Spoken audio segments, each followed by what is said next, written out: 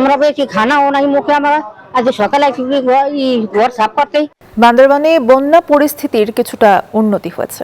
বেশ কিছু এলাকা থেকে পানি নামলেও দুর্ভোগ কমেনি বানভাসীদের।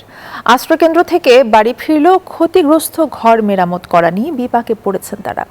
এজেএম সম্রাটের তথ্যচিত্রে বিস্তারিত ডেস্ক রিপোর্টে।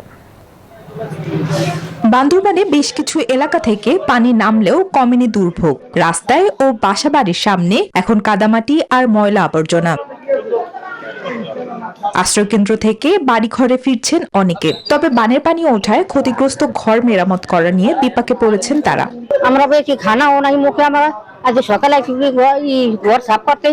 রাস্তায় ময়লা আবর্জনা পড়ে থাকায় ভোগান্তিতে পড়েছেন স্থানীয়রা। সড়ক পরিষ্কারে পৌরসভা থেকে এখনো কোনো উদ্যোগ নেওয়া হয়নি বলেও অভিযোগ করছেন কেউ কেউ।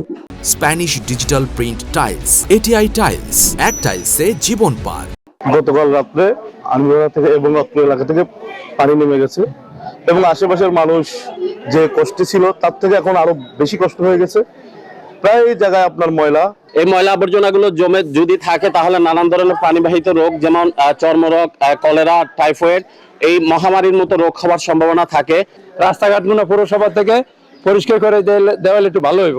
অবশ্য পৌর প্রশাসক বলছেন বন্যা দুর্গত এলাকা থেকে ময়লা আবর্জনা অপসারণের উদ্যোগ নেওয়া হয়েছে।